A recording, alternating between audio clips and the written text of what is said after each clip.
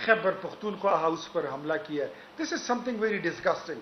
I don't believe and I don't agree with this. میں بالکل نہیں مانتا اس بات. یہ غلط. جو زیادہ کا مظاہرین یہاں پہ آئے تھے اس کے نتیجے میں 35 پولیس اہلکار زخمی ہوئے, ایک شہید ہوا, 10 گاڑیاں پولیس کی تباہ ہوئی, ان کے 34 موٹر سائیکل تباہ ہوئے. سیف سٹی پروجیکٹ اربوں روپے کا برباد ہو گیا.